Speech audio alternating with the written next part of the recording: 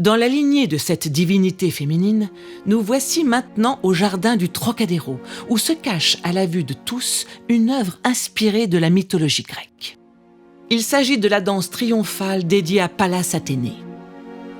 Elle est appelée plus communément Athéna, qui est la déesse grecque par excellence et affectée elle aussi à une ville, Athènes.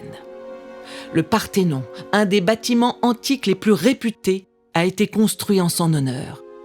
La ville d'Athènes, berceau de la pensée philosophique européenne, n'est ni plus ni moins qu'une ville bâtie sous les auspices d'une divinité féminine. Au-delà de l'aspect esthétique de l'œuvre, tout en mouvement, c'est l'épitaphe qui va attirer notre attention, ainsi que la manière dont elle est mise en scène, la danse triomphale. Cette plaque de métal, découpée en équerre, nous interroge sur l'intention de son auteur.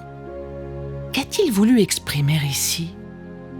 Le titre de l'œuvre utilise toute la largeur de la plaque, alors que le texte associé n'en utilise que la moitié restante.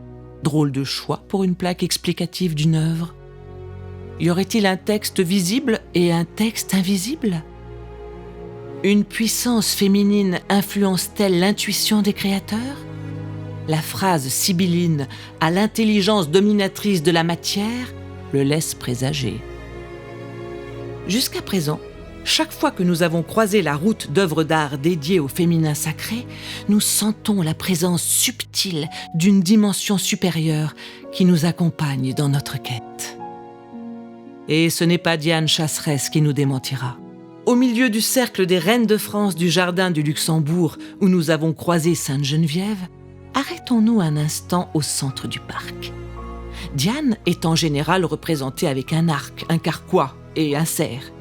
Ici, sa posture est clairement dynamique, en marche. Elle s'apprête à s'armer en récupérant une flèche sur son épaule droite, représentation du classicisme grec. Mais il manque l'arc. Nous pouvons donc nous poser la question de l'utilité de sa flèche. À sa gauche, elle tient une biche au bois court et dans sa main, un bois creux dans l'axe du crâne de l'animal. Pour peu que la flèche s'y loge, on transformerait cette biche en licorne.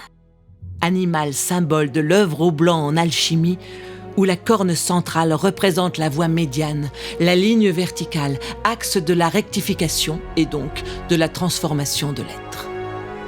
Mais voilà, cette statue n'est pas positionnée n'importe où.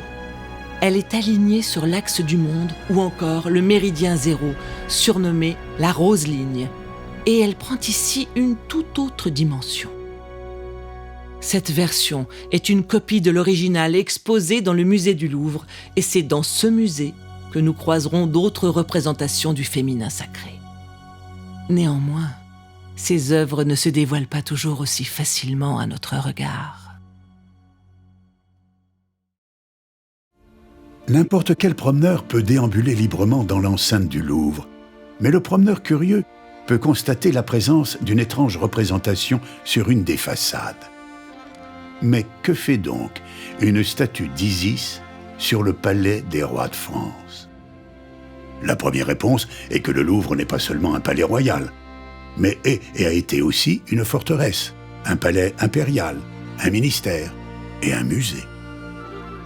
Ces différentes affectations révèlent donc un certain éclectisme décoratif, chaque période voulant laisser une trace.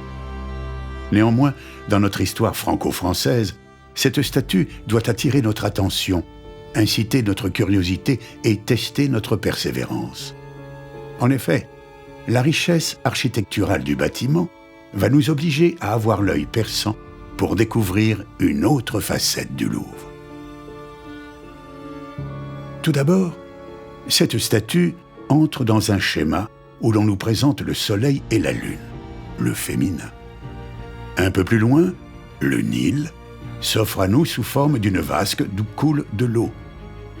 Et voilà de nouveau réunis notre eau sacrée et notre feu sacré. Dans cette démarche, où l'on peut poser un œil alchimique, nos attributs primitifs sont de nouveau réunis. Isis est là, à l'extérieur, mais aussi bien sûr à l'intérieur du musée, dans le département d'égyptologie, sous forme de statuettes de pierre ou de métal.